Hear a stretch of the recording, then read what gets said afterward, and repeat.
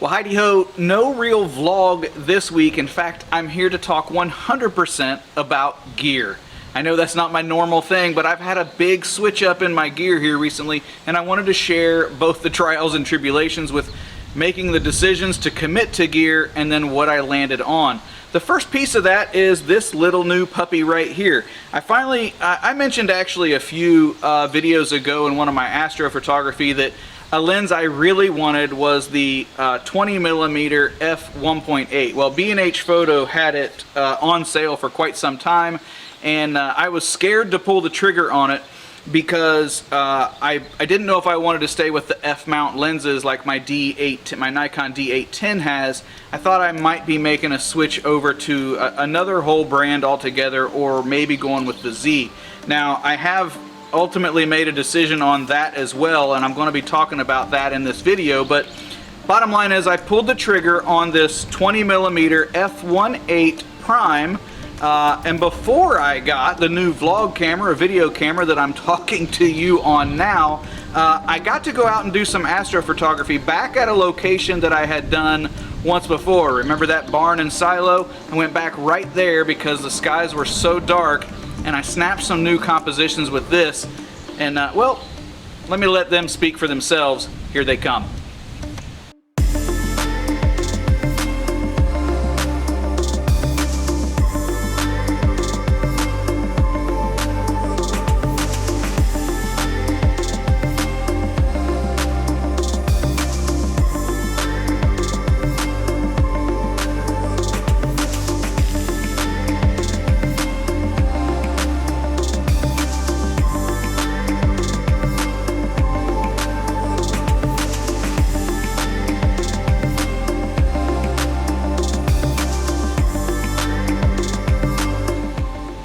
Well, what'd you think?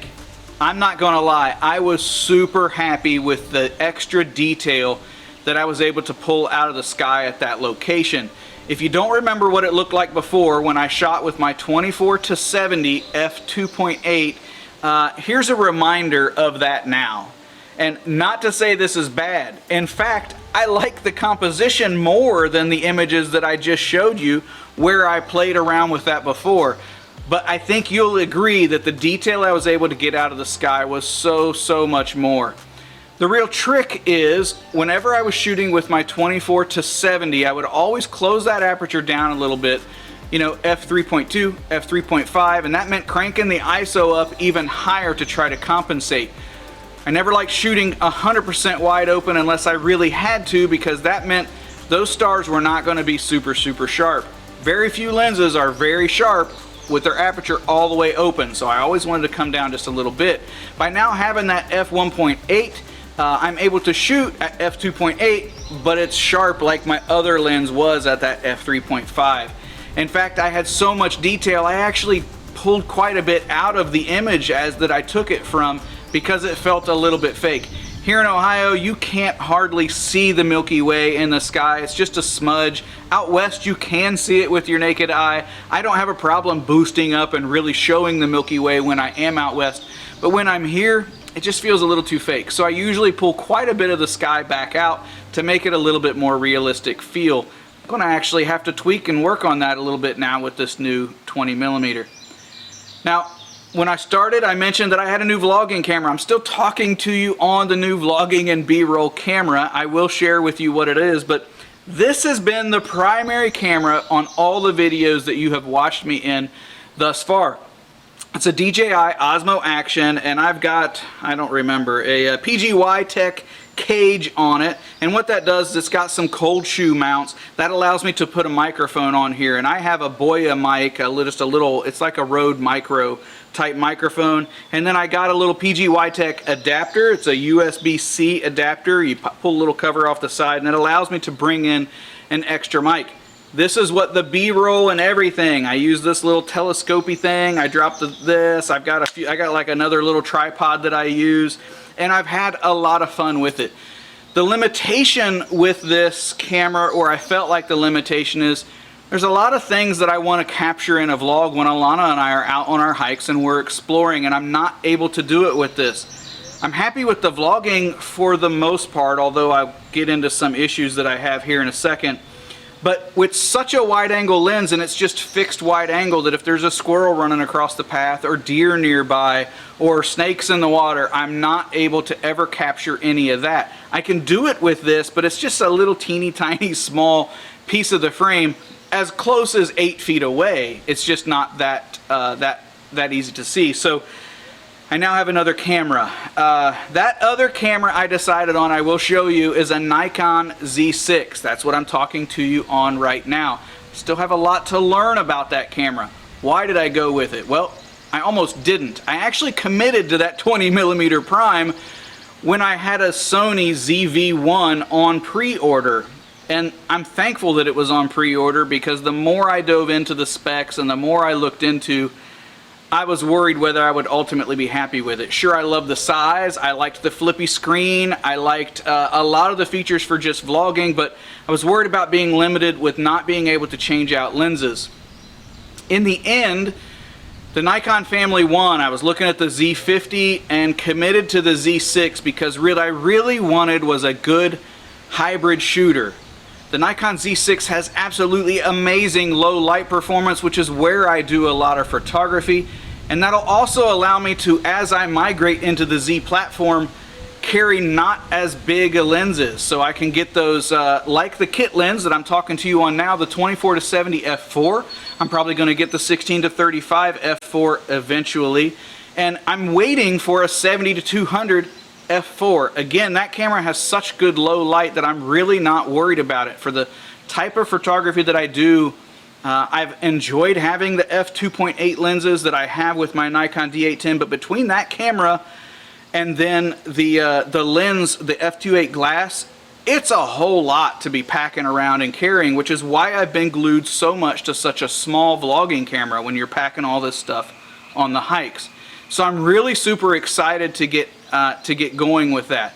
It's too early for me to give you a lot of details on whether I think it's a great camera. I've been very happy so far with the photos that I've taken off of it. I haven't been very happy with the video, but it's 100% my fault. This was pretty easy. I could select 4K, 24 frames, 30 frames. I could select 2.7K, 1080, slow-mo. But beyond that, it was kind of hit the record button and point it in a semi-close direction. With the Z6, I'm a little more manual functionality, right? I'm trying to keep the shutter speed in the right range. Anyway, it's a whole lot of learning. I'm having fun doing it, but it means it's a little bit more work. So I'm going to share some video. Alana, I went on a hike at a local park today, and I tried to take some B-roll. I only carried the Nikon Z6 with me, took some photos, and I took some footage. It's a little jerky, so hopefully you've taken Dramamine. Why would you take Dramamine ahead of time? Regardless, if you get nauseated, you might need some. I'll try to cut out the best pieces, but anyway, here it goes.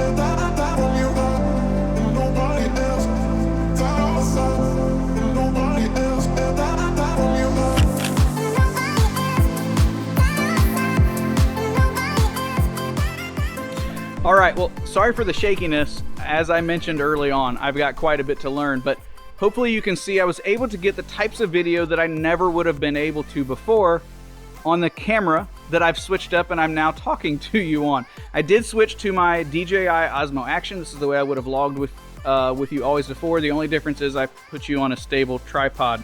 And the reason I switched is a couple of reasons.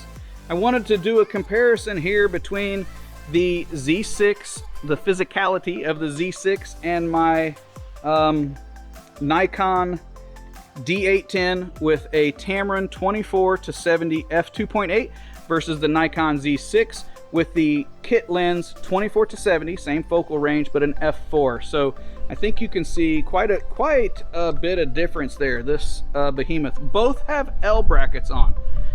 Why is that important, or why am I bringing it up? Well, I got the three-legged thing L bracket. I also, my main hiking tripod that you're on now is a three-legged thing, but I got the three-legged thing L bracket for the Z6, and it also would work with the Z7. The main reason I did that is Nikon has an F to Z adapter, so you can adapt this, you can adapt the mount to the F mount to use all of that old glass. So all the lenses and everything that I have for my Nikon D810 can be used on this camera. The gotcha there is I do have to do a firmware update on some of my Tamron glass, but all the Nikon glass that I have is good to go, and from what I've tinkered, it works just fine. The issue is if you use tripods a lot, like I do, most of those have a wide plate on the bottom, and when you go to snap the FTZ adapter on, it actually stands, this is kind of hard to show you, but it stands taller than the base of the camera itself. So if you have a plate that extends beyond the body of the camera, when you go to rotate and snap in that adapter, it won't rotate. So a lot of people are having to take the plate off the bottom for their tripod to put the adapter on and then put the plate back on, or put the plate on the adapter itself. And it's kind of cantankerous. With this adapter, it's the exact same width as the body itself, so I don't have to make that change. So not only do I have all the benefits of an L bracket, put it this way, bingo bango, but also if I want to switch over and use some of my F mount glass, all of that I have, I can do that without having to take this adapter off. So I highly recommend that little guy. Other than that, I think that's the big thing. Another reason I made this decision for sort of a hybrid is the batteries. I know it sounds kind of stupid, but I have a lot of batteries, and Alana and I sometimes travel. We're off the grid for quite some time. It gets hard to do that. I have 8 batteries, and it's not insignificant to need to buy a whole bunch of new batteries or worry about charging. So that was another reason that I decided to cancel the Sony. I think Sonys are great. I've used Sonys. My work uses Sonys, and I actually specified that camera for them. But power is always readily available. For me, it just was a little bit of a bummer. Things I don't like. I've got one memory card slot in this camera, and it's a little wonky. It's the XQD. It's not anything like that I have for any other cameras. Another thing that has really been kind of baking my noodle with this so far is I use the delayed shutter release mode a lot when I'm on a tripod. I want to let the wibble wobble of the tripod slow down before I take a picture. So I use a 2-second or 5-second shutter delay mode a lot. And whether I have programmed user modes or anything in this camera, when I turn it off and I turn it back on, it's not in that. It will stay in shutter release high speed, machine gun style. It'll stay in the single. I'll give you a clicker just because I'm making sound effects now. But if I put it in the time delayed, a picture, it won't. So I don't know why, and it's very, very annoying. So like I said, picture quality great, video quality lots to learn. I do really look forward to it. So hang around on the channel. I appreciate you following all along. I was excited to share my new lens. I'm excited to share the new camera, and look for things to continue to get better on it as I'm working forward on this channel. Again, thanks for following along. See you next week. Bye-bye. Honey, why do you have my hat? Because I forgot mine. Do you need it? Yes. Yes, I do.